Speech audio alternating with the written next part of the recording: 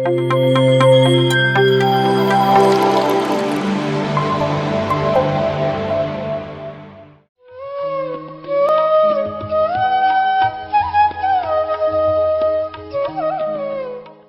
ನಮಸ್ಕಾರ.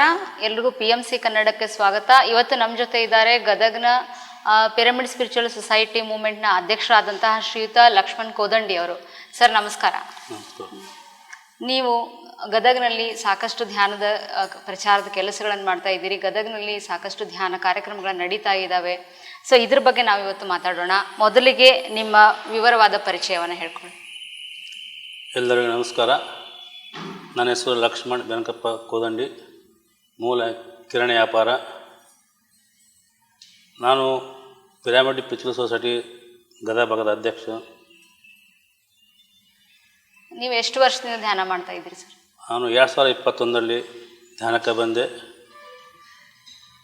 ಧ್ಯಾನಕ್ಕೆ ಬರೋಕ್ಕಿಂತ ಮೊದಲು ನನಗೆ ಮೊಣಕಾಲು ಬಂತು. ವೈದ್ಯನ ಸಂಪರ್ಕಿಸಿದಾಗ ಅವರು ಕಾಲಿನ ಎಲುಬು ಸೌಕಳಿ ಬಂದಿದೆ, ಕೆಳಗಡೆ ಕೂಡಬಾರ್ದು, ಕಾಲು ಮಡಿಸಬಾರ್ದು ಅಂತ ಹೇಳಿದ್ರು. ಆವಾಗ ನಾನು ಧ್ಯಾನ ಕಾರ್ಯಕ್ರಮ ಚಾಲೂ ಮಾಡಿದೆ.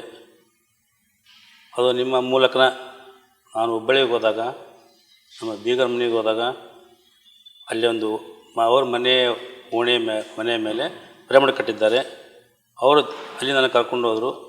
ನಾವು ದಿನ ಬೆಳಗ್ಗೆ 5ರಿಂದ 6 ಗಂಟೆವರೆಗೆ ಧ್ಯಾನ ಮಾಡುತ್ತೇವೆ, ಅದರಿಂದ ನಮ್ಮ ಆರೋಗ್ಯ ಸುಧಾರಿಸಿದೆ ಅಂತ ಹೇಳಿದಾಗ ನಾನು ಗದಗ ಬಂದ ನಂತರ ನಮ್ಮ ವಿದ್ಯಾರಾಣಿ ಮೇಡಮ್ಗೆ ಸಂಪರ್ಕಕ್ಕೆ ಬಂದೆ. ಅವರು ಹೇಳಿದ್ರು, ನಮ್ಮದೇ ಇದು ಇದೆ, ಕಂಟಿನ್ಯೂ ಮಾಡೋಣ, ಸೆಂಟರ್ ಇದೆ, ಕಂಟ್ರೋಲ್ ಮಾಡೋಣ ಅಂತ ಹೇಳಿದ್ರು. ಅಲ್ಲಿಂದ ನನ್ನ ಧ್ಯಾನ ಪ್ರಾರಂಭವಾಯಿತು. ನಿಮ್ಮ ಪ್ರಾರಂಭದಲ್ಲಿ ಧ್ಯಾನ ಶುರು ಮಾಡಿದಾಗ ಏನು ಅನ್ನಿಸ್ತು? ತೊಂದರೆಗಳೇನಾದರೂ ಆಯಿತಾ ಧ್ಯಾನ ಮಾಡೋದಕ್ಕೆ? ತೊಂದರೆ ಅಂತ ಏನೂ ಆಗಲಿಲ್ಲ. ಸ್ವಲ್ಪ ಧ್ಯಾನಕ್ಕೆ ಕುಂತಾಗ ಸ್ವಲ್ಪ ಶೇಕ್ ಆಗೋದು, ಜೋಲಿ ಹೋಗೋದು ಆಗ್ತಿತ್ತು. ಕ್ರಮೇಣ 30 ನಿಮಿಷದ ಪ್ರಾರಂಭವಾದ ಧ್ಯಾನ ನಂದು. ಬರ್ಬಾರ್ದು 1.5 ಗಂಟೆ ಆಯಿತು, 2 ಗಂಟೆ ಆಯಿತು, 2.5-3 ಗಂಟೆ ಯಾವಾಗ ಬಂತು ಆವಾಗಿಂದ ನಂಗೆ ಎಲ್ಲ ಪರ್ಫೆಕ್ಟ್. ಧ್ಯಾನಕ್ಕೆ ಕುಂತ ತಕ್ಷಣ ಧ್ಯಾನಕ್ಕೆ ಹೋಗ್ಬಿಡ್ತೀವಿ. ಈಗ ನಾವು ಮೊದಲು ಮನಸ್ಸು ಭಾಳ ಚಂಚಲ ಆಗ್ತಿತ್ತು, ಕುಂದಕ್ಕೆ ಹಾಕಿದ್ದಿಲ್ಲ. ಆಮೇಲೆ ಮೊದಲು ಒಂದು ತಿಂಗಳು 20 ಕುರ್ಚಿ ಮೇಲೆ ಕುಂತು ಧ್ಯಾನ ಮಾಡ್ತಿದ್ದೆ. ನಂತರ ಆಮೇಲೆ ಕೆಳಗೆ ಕುಂದ್ರು ಅಂದರೆ ಕೆಳಗೆ ಕುಂತು ಆಮೇಲೆ ಕಾಲು ಮಡಿಸೋದು. ಈಗ ಡಾಕ್ಟ್ರು ಕಾಲು ಮಡಿಸ್ಬೇಡ ಅಂತ ಹೇಳಿದ್ರು, ಬೆಲ್ಟ್ ಹಾಕ್ಕೊಂಡು ಅಡ್ಬೇಕಂತ ಹೇಳೋ ಇಂಥ ಪ್ರಸಂಗ ಬಂದ ಸಮೇತ ಈಗ ಆರಾಮಾಗಿ 2.5-3 ಗಂಟೆ ನಾನು ಎಷ್ಟು ಹೆಚ್ಚಾಗಿ 2.5-3 ತಿಂಗಳಲ್ಲಿ ಧ್ಯಾನ ಪ್ರಾರಂಭದ 3 ತಿಂಗಳಲ್ಲಿ 2-3 ಗಂಟೆ ಕುಂತು ನಾನು ಧ್ಯಾನ ಮಾಡ್ತೀನಿ. ಇದು ನನಗೆ ಕಾಲು ಖುಷಿ ಆಯಿತು, ಕಮ್ಮಿ ಆಯಿತು. ಒಂದು ಸಬ್ಬ ಏನಪ್ಪ ಅಂದ್ರೆ ತಿಂಗಳಿಗೆ 3 ಸಪ್ಪೆ ಮೆಡಿಸಿನ್ ತಿಂದು ನಾನು, ಅದು ಹೋಯ್ತು ನನಗೆ. ಇದು ದೊಡ್ಡ ಬೆನಿಫಿಟ್ ಆಯ್ತು ನನಗೆ. ಸೊ ನಿಮ್ಮ ಧ್ಯಾನದಿಂದ ನಿಮಗೆ ಇದ್ದಂತಹ ಈ ಮೊಣಕಾಲು ನೋವಿನ ತೊಂದರೆ ಕಡಿಮೆ ಆಯಿತು. ಇದ್ರ ಜೊತೆಗೆ ನಿಮ್ಮ ಮನಸ್ಸಿನಲ್ಲಿ ಏನಾದರೂ ಬದಲಾವಣೆಗಳಾಯ್ತಾ? ಭಾಳ ಬದಲಾವಣೆ ಆಗಿದೆ. ಮೊದಲು ಭಾಳ ಮುಂಗೋಪಿ, ಸಿಟ್ಟಿಗೆ ಅದು ಸಿಡುಕು ಮಾಡೋದು, ಮಕ್ಳ ಹಾಯೋದು, ಯಾರಿಗೂ ಬಿಡ್ತಿದ್ದಿಲ್ಲ. ಸ್ವಲ್ಪ ಹೆಚ್ಚಿಗೆ ಮ್ಯಾಗ ಹಿಂಗೆ ಇಷ್ಟು ಮುಂಗೋಪಿದ್ದೆ. ಈಗ ಅಗ್ದಿ ಸೈಲೆಂಟ್ ಆಗಿದೆ, ಯಾವುದೂ ತೊಂದರೆ ಇಲ್ಲ, ಏನಿಲ್ಲ. ಮನೆ ಮಕ್ಕಳು ಮೊದಲು ಮಾಡಿ ನಂಗೆ ಧ್ಯಾನ ಮಾಡ್ತಾರೆ. ಇದು ಒಳ್ಳೆ ಬೆಳವಣಿಗೆ. ನಿಮ್ಮ ಮನೆಯಲ್ಲಿ ಯಾರ್ಯಾರು ಧ್ಯಾನ ಮಾಡ್ತೀರಿ ಸರ್? ನಮ್ಮ ಮನೇಲಿ ನಾನು, ನನ್ನ ಹೆಂಡತಿ, ನನ್ನ ಸೊಸೆ, ಮಗ, ನನ್ನ ಮೊಮ್ಮಕ್ಕಳು ಮೊದಲು ಧ್ಯಾನ ಮಾಡ್ತಾರೆ. ಅವರು ನನ್ನ ಮೊಮ್ಮಕ್ಕಳಕ್ಕೆ ಮುಂದೆ 1 ಗಂಟೆ ಕುಂತು ಧ್ಯಾನ ಮಾಡ್ತಾನೆ. ರಾತ್ರಿ ಹಂಗೆ ಯಾವುದೇ ಕಾಲ ಹಂಗೆ ಮಲ್ಕೊಳಂಗಿಲ್ಲ. ಅವ ಕಷ್ಟ 10 ನಿಮಿಷ ಧ್ಯಾನ ಮಾಡಿ ಮಲ್ಕೋಬೇಕು ಎಲ್ಲರೂ. ಅದು ನೇಮ್ ಐತಿ. ಭಾಳ ಬದಲಾವಣೆ ಐತಿ. ನೀವು ಕಿರಾಣಿ ವ್ಯಾಪಾರಸ್ಥರಾಗಿರೋದ್ರಿಂದ ಪ್ರತಿ ದಿವಸ ನಿಮ್ಮ ಅಂಗಡಿಗೆ ಸಾಕಷ್ಟು ಜನ ಬರ್ತಾರೆ. ಸೊ ನೀವು ಅವರಿಗೆಲ್ಲ ಹೇಗೆ ಧ್ಯಾನ ಪ್ರಚಾರ ಮಾಡ್ತೀರಿ? ಅದು ಹೆಂಗಪ್ಪ ಅಂದರೆ, ಈಗ ನಮ್ಮದು ವ್ಯಾಪಾರಕ್ಕೆ ಆಗ್ಬೇಕು, ಧ್ಯಾನ ಪ್ರಚಾರ ಆಗ್ಬೇಕು. ಅವ್ರು ಬಂದರೆ ಎಷ್ಟೋ ಮಂದಿ ಬರ್ತಾರೆ, ನನ್ನ ಕಾಲು ನೋಯ್ತೀರಿ, ಕಮ್ಮಿ ಆಗೋದು, ಹಿಂಗಾತಿ, ನಂಗೆ ಗೋಣು ಹೊತ್ಕೊಂಡು. ಅದೇ ಅವ್ರು ಮೊದಲು ಒಂದು ಕೊಡ್ರಿ ನೀವು, ನಾ ಹೇಳ್ತೀನಿ 5 ನಿಮಿಷ. ಅದಕ್ಕಿಂತ ಯಾರು ಏನು ಸಮಸ್ಯೆ ಸ್ವಲ್ಪ ನಮ್ಮ ಮನೇಲಿ ಧ್ಯಾನ ಕಾರ್ಯಕ್ರಮ ಚಲೋ ಆಗಿದೆ. ನಮ್ಮ ಅಂಗಡಿಯಲ್ಲಿ ಹತ್ತ ಐತಿ, ಬರ್ರಿ ನೀವು, ಒಂದು 2 ಸಲ ಬರ್ರಿ ನೀವು, ಬಂದು ನೋಡ್ಕೊಂಡ್ರಿ ನೀವು, ನಿಮಗೆ ಅನುಕೂಲ ಆಗ್ತೈತೆ. ಮುಂದೆ ಏನು ಖರ್ಚಿಲ್ಲ, ಎಲ್ಲ ಫ್ರೀಯಾಗಿ ಹೇಳ್ಕೊಡ್ತೀವಿ ಅಂತೇಳಿ ಬರ್ಬತ್ತು ಅದು ನನಗೆ ವ್ಯಾಪಾರ ಆಯ್ತು, ಗಿರಾಕಿ ಆಯ್ತು, ಇದಾಗ ಧ್ಯಾನ ಪ್ರಚಾರ ಆಯಿತು, ಒಳ್ಳೆಯ ಖುಷಿ ಕೊಡ್ತದೆ ನನಗೆ ಅದು. ಸೊ ಈಗ ನೀವು PSSM ಮೂಮೆಂಟನ್ನು ಸೇರಿಕೊಂಡ್ರಿ. ಸೊ ನೀವು PSSM ಸಂಸ್ಥೆಯನ್ನು ಕಟ್ಟಬೇಕು ಗದಗ್ನಲ್ಲಿ ಅಂತ ಹೇಳಿ, ಅದ್ರ ಬಗ್ಗೆ, ಆ ಕೆಲಸದ ಉದ್ದೇಶಗಳ ಬಗ್ಗೆ ಏನಾದರೂ ಹೇಳ್ರಿ ಸರ್. ನಮ್ಮ ಮೂಲ ಉದ್ದೇಶ ಏನಪ್ಪ, ಒಂದು 10 ಪೈಸೆ ಖರ್ಚಿಲ್ಲದಂಥ ಮನುಷ್ಯಾಗ ಏನು ಖರ್ಚಿರಂಗಿಲ್ಲ. ಇದು ಈಗ ಒಂದೇ ಸ್ವಲ್ಪ ಕೆಮ್ಮದ್ದಾಗ್ರೆ 5 ರೂಪಾಯಿ ಒಂದು ಸ್ವಲ್ಪ ಖರ್ಚು ಮಾಡ್ಬೇಕು ನಾವು. ಇದು ಮೂಲ ಉದ್ದೇಶ ಎಂಬ ಇದು ಯಾಕೆ ಕಟ್ಟಬೇಕು ಅಂದ್ರೆ ಇದರಿಂದ 10 ಪೈಸೆ ಖರ್ಚಿಲ್ಲ ಮತ್ತು ಮನುಷ್ಯ ನಿರೋಗಿ ಆಗ್ತಾನೆ. ಪ್ರತಿದಿನ ಧ್ಯಾನ ಮಾಡೋದ್ರಿಂದ ಯಾವುದೇ ಸಮಸ್ಯೆ ಬರೋಂಗಿಲ್ಲ, ಮನಸ್ಸು ಶಾಂತಿ ಇರ್ತೈತಿ, ಆರೋಗ್ಯ ಸುಖ. ಎಂಥ ಸಮಸ್ಯೆ ಇರಲಿ, ಬೇಕಾದ ಸಮಸ್ಯೆ ಇದು ಕಾಲುವೆ ಡಾಕ್ಟರ್ ನಮ್ಮ ಸಂಬಂಧಿಕರು ಕೊಪ್ಪಳದವರು ಅವ್ರಿಗೆ ಎಷ್ಟು ಹೇಳಿದ್ ನಾನು ಆಪರೇಷನ್ ಮಾಡಿಸ್ಬಂತೆ 2 ಮಾಡ್ಕಳ್ಸಿ ಆಪರೇಷನ್ 1 ಲಕ್ಷ ಖರ್ಚು ಮಾಡಿದ್ರು. ಮನೆ ಬಂದು ಎಷ್ಟು ಕೇಳಲ್ಲ, ಪಾಂಪ್ಲೆಟ್ ಹಾಕಿದ್ವಿ, ವಾಟ್ಸಪ್ಗೆ ಹಾಕಿದ್ವಿ, ಏನು ಅದು ಒಟ್ಟೆ ಧ್ಯಾನ ಮಾಡಲಿಲ್ಲ ಅವರು. ಬೆಂಗಳೂರಿಗೆ ಕಾಲು 2 ಆಪರೇಷನ್ ಮಾಡಿಸ್ಬಂದು ಅದರಿಂದ ಎಷ್ಟು ಈಗ ಮೊನ್ನೆ ಬರ್ಬೇಕಾದ್ರೆ ಒದ್ದಾಡ್ಕೊಂಡು ಬಂದು ಮಕ್ಕಳು ಕೈ ಒಬ್ಬ ಹಾಸ್ಪಿಟ್ಲ್ ಅವ್ರಿಗೆ ಕೇಳಕ್ಕೆ ಕುಂದ್ರಂಗಿಲ್ಲ. ಹಿಂಗೆ ಮಾಡಿದಂಗೆ ನಮ್ಗೆ ಕೆಟ್ಟ ಅನಿಸ್ತೀವಿ. ನಾವು ಎಷ್ಟಿದ್ರೆ ಕೇಳಲ್ಲ, ಈಗ ಪೇಚಾಡ್ತಾರೆ ಮನುಷ್ಯ ಬಂದು, ನೀವು ಎಷ್ಟಿದ್ರೆ ಆ ಟೈಮ್ನಾಗ ನಾನು ಕೇಳಿಲ್ಲ, ಈಗ ನಾನು ಅನುಭವಿಸಕತ್ತೀನಿ ಅಂದು. ಹೀಗಾಗಿ ನಮ್ಮ ಉದ್ದೇಶ ಏನಪ್ಪಂದ್ರೆ ನಮ್ಮ ಇಡೀ ಗದಗ ಬೆಟ್ಟಿಗೆ ನಿರೋಗಿ ಆಗಬೇಕು, ರೋಗಮುಕ್ತ ಆಗ್ಬೇಕು ಅನ್ನೋ ಉದ್ದೇಶ ಮಾಡಕತ್ತೀವಿ. ಸೊ ನೀವೀಗ ಆಲ್ರೆಡಿ ಎಷ್ಟು ಕಡೆ ಧ್ಯಾನ ಕೇಂದ್ರಗಳನ್ನು ಸ್ಥಾಪನೆ ಮಾಡಿದ್ರಿ? ಈಗ ನಮ್ಮ ಗದಗ ಬೆಟ್ಟಿಗೆಯಲ್ಲಿ 28-30 ಕೇಂದ್ರ ಅದಾವೆ. ನಾವೇನು ಮಾಡ್ತೀವಿ, ಒಂದು ಕೇಂದ್ರದಾಗ ಒಂದು ಮಂಡಲ ಧ್ಯಾನ ಪ್ರಾರಂಭ ಮಾಡೋದಂತ, ಅಲ್ಲಿಂದ ಮಂಡಲ ಧ್ಯಾನ ಮುಗಿರೊಳಗೆ ಅದು ಕೇಂದ್ರ ಮುಚ್ಚಂಗಿಲ್ಲ. ನಾವು ಅಲ್ಲಿಂದ 2-3 ಜನ ರೆಡಿ ಮಾಡಿ ಅವ್ರಿಗೆ ಕಂಟಿನ್ಯೂ ಮಾಡಕ್ಕೆ ಹಚ್ತೀವಿ. ಮತ್ತು ಹೊಸದಾಗಿ ಎಲ್ಲಿ ಕೇಂದ್ರ ಅಲ್ಲಿ ಓಪನ್ ಮಾಡ್ಕೊಂಡು ಹೋಗ್ತೀವಿ ನಾವು. ಸೊ ಮಂಡಲ ಧ್ಯಾನ ಮಾಡೋದ್ರಿಂದ ಏನು ಪ್ರಯೋಜನ? ಎಲ್ಲರಿಗೂ ಉಪಯೋಗ ಐತಿ. ಎಷ್ಟೋ ಜನ ಅದೇ ಒಂದು ಮಂಡಲ ನಮ್ಮ ಇವತ್ತು ಸ್ವಯಂಕರ ಬಂದರು, ಅವ್ರಿಗೆ ಬಗಲಾಗಿ ಬಿಡ್ಕೊಂಬರ್ಬೇಕಿತ್ತು ಧ್ಯಾನಕ್ಕೆ ಬರ್ಬೇಕಂದ್ರೆ. ಇಷ್ಟೆಲ್ಲ ಬಾಯಿ ಇಷ್ಟು ಮಕ ಬಾಕಿತ್ತು, ಹಿಂಗೆ ಕಣ್ಣು ತೆಗಿಯಕ್ಕೆ ಬರಲ್ಲ, ಬಲ ಹಿಡ್ಕೊಂಡ್ಬಂದ್ರು. ಮಂಡಲ ಒಂದು ಧ್ಯಾನ ಮಾಡಿ ಅಂತ ಹೇಳಿದ್ವಿ ಅವ್ರಿಗೆ. ಒಂದೇ ಈಗ ಅದೆಷ್ಟು ಸೀರಿಯಸ್ ತೊಗೊಂಡ್ಬಿಟ್ರೆ ಆ ಮನುಷ್ಯ ಅಂದ್ರೆ ಇದರಿಂದ ಹೊರಗೆ ಬರಬೇಕು ಅನ್ನೋ ಉದ್ದೇಶದಿಂದ ಇಲ್ಲಿ ಏನು 1 ತಾಸು ಧ್ಯಾನ ಮಾಡ್ತಿದ್ವಿ, ಮನೆಗೆ 3 ತಾಸು ಧ್ಯಾನ ಮಾಡ್ತಿದ್ದೆ. ಅದ್ರ ಪರಿಣಾಮವಾಗಿ ಇವತ್ತು ಆ ಮನುಷ್ಯ ಇಲ್ಲಿ ನಡ್ಕೊಂಡ ಬಂದಾನ. ಇಷ್ಟೆಲ್ಲ ಮೆಟ್ಲ ಎತ್ತಿ ಹಿಡಿದು ಬರ್ಬೇಕಾದ್ರೆ ಯಾರು ನಾವು ಬತ್ನಿ ಕೊಲ್ರಿ ಅಂತ ಹೇಳ ನಂಗೆ ಹೆಮ್ಮೆ ವಿಷಯ ಅದು. ಇಷ್ಟೆಲ್ಲ ಅನುಕೂಲ ನಾವ್ಯಾಕೆ ಮುಂದುವರಿಸಬಾರ್ದು ಅನ್ನೋ ಉದ್ದೇಶಕ್ಕೆ ನಾವು ಇದು ಮಾಡೋಕ್ಕಂತ ಬಂದಿದ್ದೀವಿ. ಈಗ ನೀವು ಧ್ಯಾನ ಪ್ರಚಾರ ಮಂಡಲ ಧ್ಯಾನ ಅಂತೆಲ್ಲ ಓಡಾಡ್ತಿರಲ್ಲ, ನಿಮ್ಮ ಸಮಯ ದುಡ್ಡು ವ್ಯರ್ಥ ಅಂತ ಅನ್ಸಂಗಿಲ್ವಾ? ಏನಿಲ್ಲ, ಒಂದು ತಿಂಗಳಿಗೆ 3 ಸಲ ಉಳಿತಾಯ ಆಗೈತೆ, ಸ್ವಲ್ಪ ಅಲ್ಲ ಇದು ಉಳಿತಲ್ಲ. ಇದನ್ನು ನಾವು 10 ಪೈಸೆ ಖರ್ಚು ಬರ್ತೀವಿ, ಏನಿಲ್ಲ. ಸಮಯ ಅಂತೂ ಸಾಮಾನ್ಯ ಕಿರಾಣಕ್ಕೆ ಸಮಯ ಇರೋಂಗಿಲ್ಲ. ಇದು ಅಡ್ಜಸ್ಟ್ಮೆಂಟ್ ನಾವು 1 ತಾಸು ಹೋಗೋದಪ್ಪ ತಕರಾಗಿಲ್ಲ. ಈಗ ನಮ್ಮ ಲೀಡರ್ಸ್ ಆಯ್ತು, ನಮ್ಮ ಸೀನಿಯರ್ಸ್ ಯಾರು ಈಗ ಎಲ್ಲಿಯೋ ಮಂಡಲ ಧ್ಯಾನಕ್ಕೆ ಹೋದಾಗ ಅವ್ರು ಅನಾನುಕೂಲ ಆದಾಗ ನಾವು ಹೋಗ್ತೀವಿ ಆ ಟೈಮ್ನಾಗ. ಯಾಕಂದ್ರೆ ಯಾವುದೇ ಕಾರಣಕ್ಕೂ ಯಾವುದು ಸೆಂಟ್ರ್ ನಿಂದಿರಬಾರ್ದು ಉದ್ದೇಶ ಮಾಡಾಕತ್ತೀವಿ ನಾವು. ಇನ್ನೂ ಅನುಕೂಲ ಆಗತ್ತಲ್ಲ. ಸೊ ನೀವೀಗ ಧ್ಯಾನ ಮಾಡಿಸೋದಕ್ಕೆ ನಿಮ್ಮ ಸೆಂಟರ್ಗಳಿಗೆಲ್ಲ ಹೋಗ್ತಿರಲ್ಲ, ಅಲ್ಲಿ ಯಾವ್ಯಾವ ರೀತಿಯ ಜನ ಬಂದಿರ್ತಾರ, ಅವ್ರಿಗೆ ಯಾವ ಥರ ಗೈಡ್ ಮಾಡ್ತೀರಿ? ನಾವು ಎಷ್ಟು ಹೇಳ್ತೀವಿ ನೋಡಿರಿ, ಯಾರೂ ತಲೆ ಕೆಡಿಸ್ಕೊಬೇಡ್ರಿ, ಇದೊಂದು ಏನು ಲಾಸ್ ಅಂತ ಇಲ್ಲ. ಎಷ್ಟು ಧ್ಯಾನ ಮಾಡ್ತೀವಿ ಹೆಚ್ಚಿಗೆ. ನಾವು ಒಬ್ಬರು ಬಂದರೆ 4 ದಿವಸ ಧ್ಯಾನ ಮಾಡಿ 8 ದಿವಸ ಮಾಡಿ ನಂಗೆ ಕಮ್ಮಿ ಆಗಲ್ಲ ಅಂತ ಹಂಗೆ ಆಗಿ ಸಾಕೇನಿಲ್ಲ. ನಾವು ಡಾಕ್ಟ್ರು ಒಂದು ಕೋರ್ಸ್ ಅಂತ ಮಾಡ್ದಂಗೆ ಗುಳಿಗೆ 1 ತಿಂಗಳು ಬೆಳಿತಾನೆ, ಅದು ಅಷ್ಟು ಕಮ್ಮಿ ಆಗಿಲ್ಲ. ಮತ್ತೊಂದು ಕೋರ್ಸ್ ಬೆಳಿತಾನೆ ಅವ ತೊಗೊಳ್ತೀವಿ. ಅವಾಗ ಇದನ್ನ ಯಾಕೆ ಮಾಡಬಾರ್ದು ನಾವು? ಒಂದು ಕೋರ್ಸ್ 1 ತಿಂಗಳು ಡಾಕ್ಟರ್ ಬಂದು ಸುಮ್ಮನೆ ತೊಗೊಂತೀವಿ, 2 ಸುಮ್ಮನೆ ತೊಗೊಂತೀವಿ, 3 ಸುಮ್ಮನೆ ತೊಗೊಂತೀವಿ, ಕಮ್ಮಿ ಆಲಕ್ಕೆ ಮತ್ತೆ ಹೋಗ್ತೀವಿ ನಾವು. ಇದು ಸುಮ್ಮನೆ ಕುಂದಾಕಿ ಲಾಸ್ ಐತೆ ನಿಮ್ಗೆ. ಕಣ್ಸು ಕುಂದ್ರಿಪ್ಪ ನೀವು, 10 ನಿಮಿಷ ಕುಂದ್ರಿ ಮತ್ತೆ ಕುಂದ್ರಿ, ಮತ್ತೆ 10 ನಿಮಿಷ ಕುಂದಾಕಾಗಿಲ್ಲ, 10 ನಿಮಿಷ 15 ನಿಮಿಷಕ್ಕೆ ಮಾಡ್ಕೊಂಡ್ರಿ, 1 ತಾಸಿಗೆ ಮಾಡಿರಿ. 1 ತಾಸು ಮಾಡ್ದೆ ಮತ್ತು ನಿಮ್ಗೆ ಮುಂದೊಂದು ಮಧ್ಯಾಹ್ನದ ಸಾಯಂಕಾಲ 1 ತಾಸು ಮಾಡಿರಿ, ಅದು ನಿಮ್ಮೆಲ್ಲ ಕವರ್ ಮಾಡ್ತಾ ಅಂತೇಳಿ. ಈಗ ನೀವು ಮೂಲತಃ ಸಸ್ಯಾಹಾರಿಗಳಾಗಿದ್ರ ಅಥವಾ ಮಾಂಸಾಹಾರಿಗಳಾಗಿದ್ರ? ಪೂರ ಮಾಂಸಾಹಾರಿ. ಈಗೆಲ್ಲ ಎಲ್ಲ ಬಿಟ್ಬಿಟ್ಟಿವಿ, ಸಸ್ಯಾಹಾರಿ ಆಗಿವಿ. ಅದು ಭಾಳ ಉಪಯೋಗ ಆಯ್ತು ನಮ್ಗೆ ಅದು. ನೀವು ಮಾಂಸಾಹಾರವನ್ನ ಬಿಡೋದಕ್ಕೆ ಏನು ಪ್ರೇರಣೆ ಸರ್? ಈ ಪ್ರೇರಣೆ ಯಾವಾಗ ನಾನು ಧ್ಯಾನಕ್ಕೆ ಬಂದೆ, ಖರೆ ಹೇಳ್ಬೇಕಂದ್ರೆ ಆವಾಗ ಸ್ಟಾರ್ಟಿಂಗ್ ಬಿಟ್ಟಿದ್ದಿಲ್ಲ. ನಾನು 1 ವರ್ಷ ಬಿಟ್ಟಿದ್ದಿಲ್ಲ, 2 ವರ್ಷ ಬಿಟ್ಟಿಲ್ಲ. ಈಗ 1 ವರ್ಷ ಆಯ್ತು ನಾನು 1 ಸಾರಿ ಬಿಟ್ಟು. ಧ್ಯಾನ ಮಾಡೋದು ಕಾಲು ಕಮ್ಮತ್ತ ಗುಳಿ ತೊಗೊಳೋದು ಬಿಟ್ಬಿಟ್ಟು ಅದೊಂದು ಖುಷಿ ಆಯ್ತು. ಅದು ಮತ್ತು ಮಾಂಸ ಅದು ಮೂಲತಃ ಮಾಂಸಾಹಾರಿ ಆಗಿಬಿಟ್ಟಿದ್ವಿ ನಾವು. ಅದು ಮತ್ತು ಅದು ಅನಿವಾರ್ಯ, ಏನು ಮಾಡಕ್ಕೆ ಬರಂಗಿಲ್ಲ. ಈಗ ಹೆಚ್ಚಿಗೆ ಮೇಲೆ 1 ವರ್ಷ 20 ಆಯ್ತು ಪೂರ ಮಾಂಸ ತ್ಯಜಿದ್ವಿ. ಅಲ್ಲಿಂದ ಮತ್ತಿಟ್ಟು ಸಾತ್ವಿಕ ಆಹಾರ ಆಯ್ತಲ್ಲ. ನಮ್ಗೆ ಏನು ರೀ ನೀವು ಬೆಳಗಿಂದ ಹಿಂಗೆ ಕೊಡ್ತೀವಿ, ಹೆಂಗೆ ಐತಿದೆ ಅಂದ್ರೆ ಇದು ಧ್ಯಾನಮಯಪ್ಪ ಅಂತೇಳಿ. ಇಷ್ಟು ವಯಸ್ಸಿದು 66 ವಯಸ್ಸು, ಇಷ್ಟು ವಯಸ್ಸಾದ್ರೆ ನಿಮಗೆ ಆಯಾಸ ಇಲ್ಲ ಆಗಲ್ಲ ಅಂತಿದೆ. ಬೆಳಗ್ಗೆ 4 ಗಂಟೆಗೆ ಎದ್ದು 3 ಗಂಟೆ ಧ್ಯಾನ ಮಾಡ್ತೀವಿ ನಾವು. ವ್ಯಾಪಾರಸ್ಥರು ಆದ ಕಾರಣ ಮತ್ತು 40 ಧ್ಯಾನ ಮಾಡೋಕೆ ಆಗಂಗಿಲ್ಲ. ದೇವ್ರ ಕೊಡುಗೆಪ್ಪ ಅದು ಪತ್ರಿಜರ ಕೊಡುಗೆ. ಅವರು ತೋರಿಸಿದ ದಾರಿ ನಾವು ನಡೆಯಕತ್ತೀವಿ, ಅದನ್ನ ಈ ಮಟ್ಟಿಗೆ ಬಂದೀವಿ. ಈಗೇನು ಬೆಳಗ್ಗೆ ಎನರ್ಜಿ ಸಾಯಂಕಾಲ 10 ಗಂಟೆ ಇದೇ ನಿಲ್ಲಿಸ್ತೀವಿ ನಮ್ಮ ಕಡೆ ಅಂತ ಹೇಳಿದ್ವಿ. ಈಗ ಮಾಂಸಾಹಾರ ತ್ಯಜಿಸಿದ ಮೇಲೆ ನೀವು ಬಹಳ ನೆಮ್ಮದಿ ಸಂತೋಷವಾಗಿದ್ದೀರಿ ಪೂರ್ಣ. ಸೊ ನೀವು ನಿಮ್ಮ ಧ್ಯಾನಕ್ಕೆ ಕೇಂದ್ರಕ್ಕೆ ಬರೋರ್ಗಾಗ್ಲಿ ಅಥವಾ ನಿಮ್ಮ ಮಿತ್ರರಿಗಾಗ್ಲಿ ಏನು ಸಂದೇಶ ಕೊಡೋದಕ್ಕೆ ಇಷ್ಟಪಡ್ತೀವಿ? ಸಂದೇಶ ಏನಪ್ಪ ಅಂದರೆ ಧ್ಯಾನ ಮಾಡೋದ್ರಿಂದ ಎಲ್ಲರಿಗೂ ಉಪಯೋಗ ಆಗೈತಿ. ಧ್ಯಾನ ಮಾಡಿರಿ, ಎಷ್ಟು ಮಾಂಸಾಹಾರ ಜನ ಕಮ್ಮಿ ಮಾಡಿರಿ. ಸಸ್ಯಾಹಾರಿಗಳಾದ್ರಿಂದ ಧ್ಯಾನಕ್ಕೆ ಅನುಕೂಲ ಆಗೈತಿ. ಮಾಡ್ತೀನಿ. ಈಗ ನೀವು ಗದಗ್ನ ಸುತ್ತಮುತ್ತ ಯಾವ ಯಾವ ಊರುಗಳಲ್ಲಿ ಧ್ಯಾನ ಪ್ರಚಾರ ಮಾಡಿದ್ರಿ?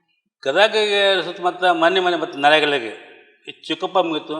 ಲಕ್ಷ್ಮೇಶ್ವರ ಅಂತೂ ಅಲ್ಲಿಂದ ಜನ ಒಳ್ಳೆಯ ರೆಸ್ಪಾನ್ಸ್ ಅದು. ಲಕ್ಷ್ಮೇಶ್ವರ ಆಯ್ತು, ಸಿರಟ್ಟೆ ಆಯ್ತು, ಒಳ್ಳೆ. ಆಮೇಲೆ ಈಗ ಅನ್ನಿಗೆರೆ ಆಯ್ತು.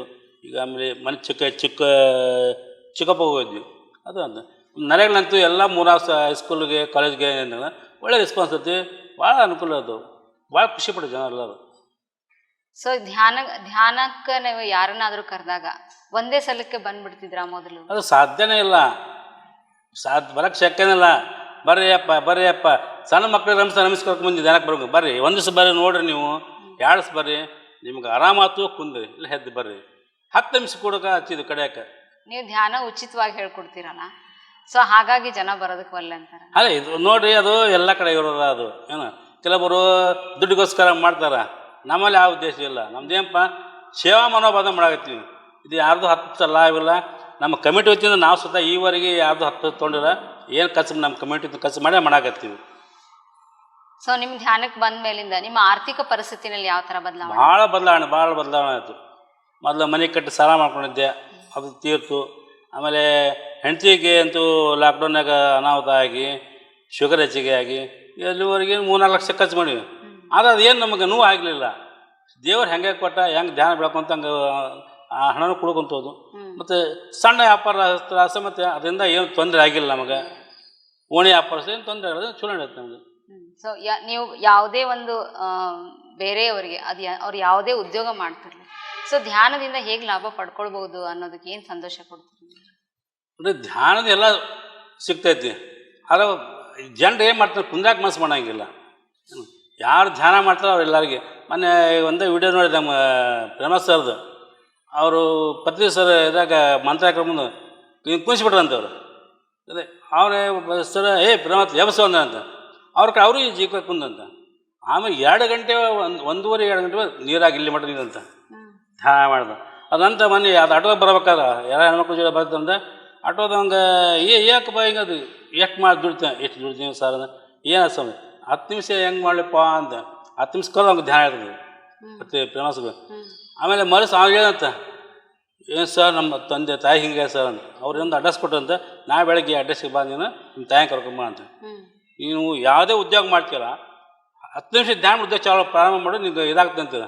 ಆ ಮನುಷ್ಯ 6 ಗಂಟೆಗೆ ಬಾ ಅಂತೀಯ ಮನುಷ್ಯ 9-10 ಗಂಟೆ ಬಂತ. ಎಲ್ಲಪ್ಪ 6 ಗಂಟೆ ಬಾ ಅಂತ ಈಗ ಬಂದ ಇಲ್ರಿ. ಮತ್ತು ನೀವು ಹೇಳಿದ್ರೆ 10 ನಿಮಿಷ ಧ್ಯಾನ ಮಾಡಿ ನೀ ಉದ್ಯೋಗ ಚಾಲು ಮಾಡಿ ಗಿರಾಕಿ ಹತ್ತಿಬಿಟ್ಟು ಹಂಗೆ ಇಷ್ಟು ಲೇಟ್ ಆಗ್ತದೆ ಅಂತೀರಂತ. ಇದು ನಮ್ಗೆ ಒಳ್ಳೆ ಖುಷಿ ಮಾತು. ಅದನ್ನ ಯಾವುದೇ ಕಾರ್ಯಕ್ರಮಕ್ಕೆ ಧ್ಯಾನ ಪ್ರಾರಂಭ ಮಾಡಿ ಅದಕ್ಕೆ ಯಾರಿಗೆ ಲಕ್ಷಣ ಅಂತ ಮಾತೇ ಇಲ್ಲ. ಅದು 10 ಪಟ್ಟು ಕೊಡುವಂತ ಹೋದೈತಿ. ಇಷ್ಟು ಅಂತ ಎಲ್ಲರಿಗೆ ಹೇಳಕ್ಕೆ ಬಯಸ್ತೀವಿ. ಈಗ ಗದಗ, ಬೆಟಗೇರಿ ಮತ್ತು ಸುತ್ತಮುತ್ತಲ ಹಳ್ಳಿಗಳಲ್ಲಿ ಸಾಕಷ್ಟು ನೀವು ಧ್ಯಾನ ಪ್ರಚಾರ ಮಾಡಿ ಧ್ಯಾನಿಗಳ ಸಂಖ್ಯೆಯನ್ನು ಹೆಚ್ಚು ಮಾಡಿದಿರಿ. ಈಗ ನಿಮ್ಮ ಒಂದು ಮುಂದಿನ ಇನ್ನೂ ಆಸೆ ಆಕಾಂಕ್ಷೆಗಳೇನು? ಮುಂದಿನ ಆಸೆ ಆಗ್ಬೇಕಂದ್ರೆ ಪ್ರತಿಯೊಂದು ವಾರ್ಡ್ನಲ್ಲಿ ಒಂದೇ ಪಿರಮಿಡ್ ಆಗಬೇಕು. ಆವಾಗ ನಮ್ಮ ಗದಗ ಉದ್ಧಾರ ಆಗ್ತದೆ. ನಮ್ಮ ಗದಗ ಸಾಮಾನ್ಯ ಭೂಮಿ ಅಲ್ಲ, ಪುಣ್ಯಕ್ಷೇತ್ರ.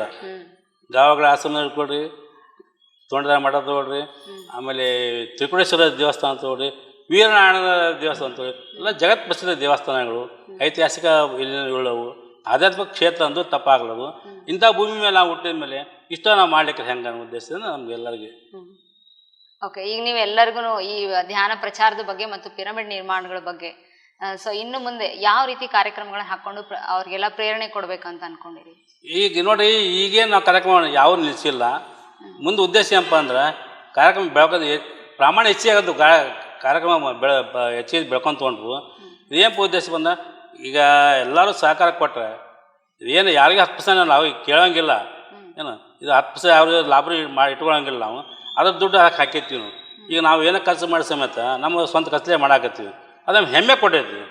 ಉದ್ದೇಶ ಏನಪ್ಪ ಅಂದ್ರೆ ಈಗ ಈಗ ಒಂದು ಏರಿಯಾಕ್ಕೆ ಒಂದು ವಾರ್ಡ್ ಹೋಗಿ ಧ್ಯಾನ ಮಾಡಿದಾಗ ಅವರು ಸ್ವಯಂ ಪ್ರೇರಣೆಯಿಂದ ಮತ್ತು ಜನ ಹೆಚ್ಚಿಗೆ ಬರಾಕತ್ತಾರ. ಅದು ಖುಷಿ. ಪಿರಮಿಡ್ ನಿರ್ಮಾಣದ ಬಗ್ಗೆ ಗದಗ್ನಲ್ಲಿ ಪಿರಮಿಡ್ ನಿರ್ಮಾಣಗಳು ಆಲ್ರೆಡಿ ಆಗ್ತಾ ಇದಾವ. ಸೊ ಇದ್ರ ಬಗ್ಗೆ ನಿಮ್ಮ ಮುಂದಿನ ಮಹತ್ವಾಕಾಂಕ್ಷೆಗಳೇನು? ಪಿರಮಿಡ್ ಆಗ್ತದೆ ಅನ್ನೋಕಂದ್ರೆ ಈಗ ಒಂದೊಂದು ಕಡೆ ಆಗಿದಾವು. ಅವೆಲ್ಲ 2-3 ಮಾಡಿ ಮೇಲೆ ಉಪಯೋಗ ಇಲ್ಲ. ಈಗ ಒಂದೇದಪ್ಪ ಅಂದ್ರೆ ನಮಗೆ ಒಂದು ಮನೆ ಮೇಲೆ ಪಿರಮಿಡ್ ಅದು ಅನುಕೂಲ ಆಗುತ್ತೆ. ಯಾಕಂದರೆ ವಯಸ್ಸಾದ ಜನರು ಭಾಳ ಇರ್ತಾರೆ, ಹತ್ತಕ್ಕಾಗಂಗಿಲ್ಲ. ನಮ್ಮ ಉದ್ದೇಶ ಏನಪ್ಪ, ಈಗ ಪ್ರತಿಯೊಂದು ವಾರ್ಡಿಗೆ ಒಂದು ಪಿರಮಿಡ್ ಆಗೋಕ್ಕೆ ಉದ್ದೇಶ ಐತಿ. ಅದು ಯಾವುದೋ ಮಟ್ಟಕ್ಕೆ ಪ್ರತಿನಿಧಿ ಗುರುಗಳು ಯಾವಾಗ ಪ್ರೇರೇಪಣೆ ಕೊಡ್ತಾರೋ ಆವಾಗ ಆಗ್ತೈತಿ ಅಂತ ಉದ್ದೇಶ ನೊಂದೈತಿ. ಓಕೆ, ನೀವು ಅತ್ಯಂತ ಕಡಿಮೆ ಅವಧಿಯಲ್ಲಿ ಗದಗನಲ್ಲಿ ಸಾಕಷ್ಟು ಧ್ಯಾನ ಕಾರ್ಯಕ್ರಮಗಳು ಮಾಡಿರಿ, ಜನರಿಗೆ ಧ್ಯಾನವನ್ನು ತಲುಪಿಸುವಲ್ಲಿ ಯಶಸ್ವಿಯಾಗಿದ್ದೀರಿ, ನಿಮ್ಗೆ ಅಭಿನಂದನೆಗಳು. ಹಾಗೆ ನೀವು PMC ಚಾನಲ್ ಬಗ್ಗೆ ಜನರಿಗೆ ಯಾವ ಥರ ಅವೇರ್ನೆಸ್ ಮೂಡಿಸ್ತೀರಿ? ಏನಲ್ಲ, ಎಲ್ಲರೂ ಸಾಮಾನ್ಯವಾಗಿ PMC ಚಾನಲ್ ನೋಡಿದ್ರೆ ಎಲ್ಲರಿಗೆ ಅನುಭವ ಆಗ್ತೈತಿ. ಅದು ಎಷ್ಟೆಷ್ಟು ವಿಡಿಯೋ ಬರ್ತಂದ್ರೆ ಎಷ್ಟು ನೋಡ್ಕೊಂತ ಕಮ್ಮಿನೇ, ಅದು ಒಬ್ರಿಗಿಂತ ಒಬ್ಬರು ಅನುಭವಿಸ್ತಾರದಾಗ ಅದು ಅದರಿಂದ ಎಲ್ಲರಿಗೆ ಅನುಕೂಲ ಹೇಳ್ತೀನಿ. ಧ್ಯಾನ ಹೆಚ್ಚು ಮಾಡೋದಕ್ಕೆ, ಆಮೇಲೆ ಅವ್ರವ್ರ ಸಮಸ್ಯೆಗಳನ್ನು ತಿಳ್ಕೊಳ್ಳಿ. ಯಾರು ಧ್ಯಾನ ಹೆಚ್ಚು ಮಾಡಿದ್ರೆ ಸಮಸ್ಯೆ ಆಟೋಮೆಟಿಕ್ ಕಡಿಮೆ ಆಗ್ತಾವೆ. ನಾವೇನು ಮಾಡ್ತೀವಿ, ಎಷ್ಟೋ ಮಂದಿ ನಮ್ಮ ಕಡೆ ಬರ್ತಾರೆ, ಇಲ್ಲರಿ ನಾ 8 ದಿವಸ ಧ್ಯಾನ ಮಾಡಿದ್ವಿ ಕಮ್ಮಿ ಆಗಲ್ಲ ರೀ, ಅದೇ ನೋಡಿರಿ ಹಂಗೆ ಆಗೋದಿಲ್ಲ. ಕಂಟಿನ್ಯೂ ಕೂಡಬೇಕು. ನಮ್ಮ ಒಬ್ಬರು ಗುರುಗಳು ಅವ್ರಿಗೆ ಹೆಸರು ಹೇಳಬಾರ್ದು, ಅವ್ರಿಗೆ ಸಮಸ್ಯೆ ಬಂತು. ಅವ್ರ ಮನೆಗೆ ಹೋಗಿ ನಾವು 1.5 ತಾಸು ಕೌನ್ಸಿಲಿಂಗ್ ಮಾಡಿದ್ವಿ, ಎಲ್ಲ ತೀರ್ಸಿ ಹೇಳಿದ್ವಿ ಹಿಂಗೆ ಮಾಡಿಸ್ತಾರೆ ಅಂತೇಳಿ. ಅವ್ರಿಗೆ ಆಪರೇಷನ್ ಆಗಕ್ಕೆ ಇನ್ನೊಂದು ತಿಂಗಳು ಟೈಮ್ ಇತ್ತು. ನಾನು ಸ್ವತಃ ಹೋಗಿ ಡೈಲಿ 8 ರಿಂದ 9 10 ದಿವಸ ಧ್ಯಾನ ಕೊಟ್ಟು ಬಂದೆ ಅವ್ರಿಗೆ. ಅದು ಏನು ಅವ್ರಿಗೆ ತಿಳಿಯಾಕೆ ಹೋಗಲಿಲ್ಲ ನಂಗೆ ಗೊತ್ತಿಲ್ಲ. ಬೆಳಗ್ಗೆ ಕೂಡಿಸ್ತಾರ 1 ತಾಸು ಅಂತ ಕೂಡಲೇ ಇಲ್ಲ ಅವರು. ಅದರ ಪರಿಣಾಮ ಏನಾಯ್ತು ಅಂದ್ರೆ ಅವರು ಧ್ಯಾನ ಮಾಡಲಿಲ್ಲ.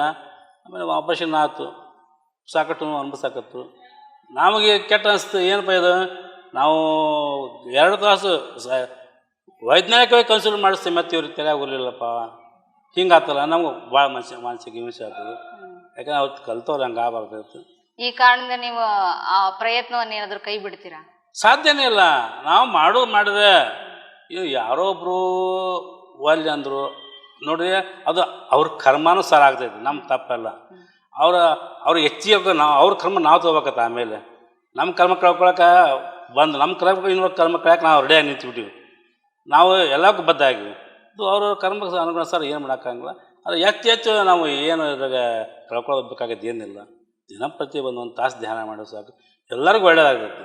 ಓಕೆ, ನಿಮ್ಮ ಈ ಒಂದು ಅಭಿಯಾನ, ನಿಮ್ಮ ಯಶಸ್ಸು ಹೀಗೆ ಮುಂದುವರಿಲಿ, ನಿಮ್ಮ ಗದಗನಲ್ಲಿ ಧ್ಯಾನ ಇನ್ನೂ ಬೆಳೀಲಿ ಅಂತ ಹೇಳ್ತಾ ನಿಮಗೆ ಧನ್ಯವಾದ. ನಮಸ್ಕಾರ. PMC ಕನ್ನಡ ಚಾನೆಲ್ ಅನ್ನು ಲೈಕ್ ಮಾಡಿ, ಶೇರ್ ಮಾಡಿ, ಸಬ್ಸ್ಕ್ರೈಬ್ ಮಾಡಿ ಮತ್ತು ಮಾಡಿಸಿ. ಎಲ್ಲರಿಗೂ ಧನ್ಯವಾದಗಳು.